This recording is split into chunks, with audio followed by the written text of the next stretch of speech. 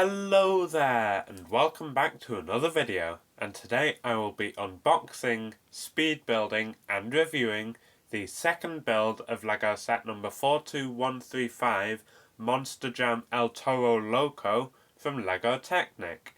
Now this set has 247 pieces and of course that comes with 0 minifigures, so let's just jump straight into it. So on the front of the box there is of course a big central picture of the monster truck itself, and you can also see it has the Monster Jam logo in the bottom left corner, and if you look in the top right corner you can see that this is actually a pull back and go vehicle, and then of course you can also see that it is 2-in-1.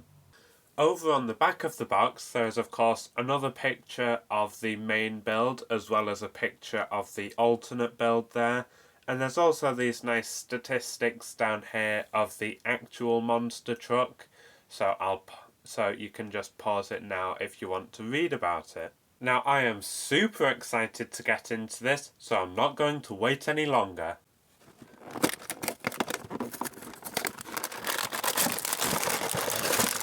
Here's everything that came inside the box. 3 unnumbered bags of Lego.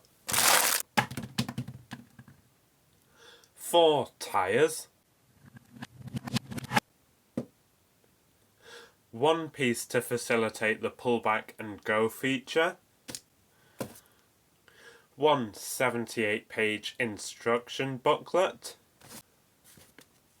And a rather large sticker sheet. Now I am super excited to build this, so today I am going to build this and wrap it up into a very quick speed build.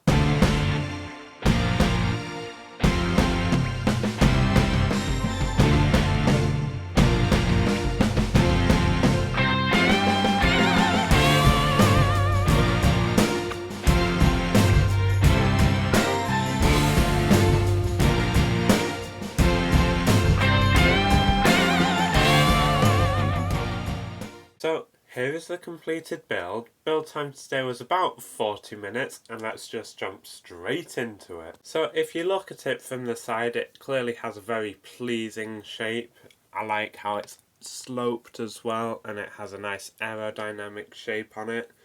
Of course the wheels are a bit big, but that's because the original build is a monster truck, so it needed big wheels. Anyway, if we start down here at the front, you can see there's not really much in front of the wheels, but then there's these pistons here and they look very nice. Unfortunately though, they don't move up and down when you roll the car, but that's just because there were no other features other than pull back and go on the original build, so they couldn't really incorporate that. Then there's this exhaust, I assume it's an exhaust there. And then there's this nice build for a door. I actually really like that. Of course it doesn't open, but I do think it looks very nice. And then that moves cleanly into this nice wheel arch over the wheel. There's not too much to see if you turn it round to the back.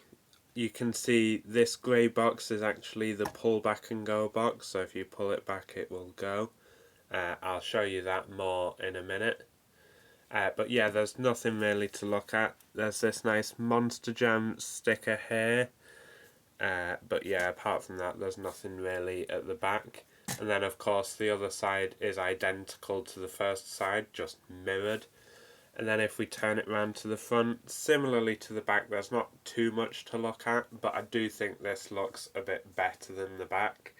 You can see the pistons there, and you can also see these here, which I assume are some sort of suspension, because that's what they were used for in the original build. And if you look at it from the top, you can also see a few of the nice stickers. So you can see that there's a flame pattern along the side as well as underneath the wheels there, as well as this nice stickered pattern on the roof. So yeah, I think it looks really great.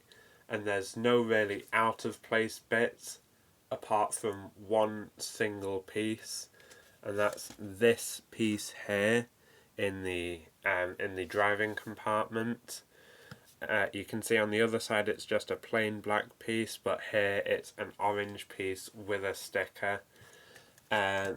Now, they didn't have any black pieces of that size left, so that was the only option, but I do just think it looks a bit out of place.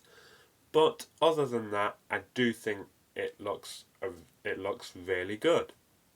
Now, as I said earlier, this build is a pull back and go vehicle, which simply means if you pull it back, it will go. There's not really much space to demonstrate that in here though. So I will go and demonstrate it in a more open location.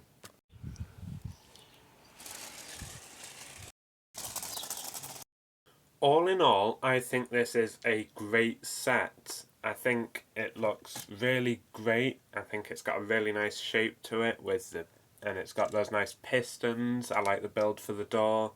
I do think the front end is a little bit sparse, but I don't really think they could have done it much better.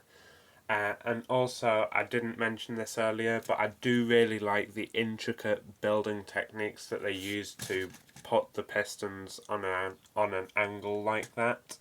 I really appreciate that. Another thing I really appreciate is just how few spare pieces this set has. It only has about 20 spare pieces, which does lead me on to my final point. If you remember in my last video, I complained about the pieces used to attach this to this for the horns because it left a gap. And I pointed out that if you used one of these pieces, that gap would be non-existent. And I can now confirm that the pieces that were used to attach these were actually used in the set. However, they weren't used in a place that needed to be that piece. You could have just used a standard black Technic pin, which I'm sure you could have added somewhere on the original model, and then added these to the horns. But yeah, I'm really nitpicking here because I do think that this is a really great set and it's a great second build as well. Thanks for watching, and I'll see you next time.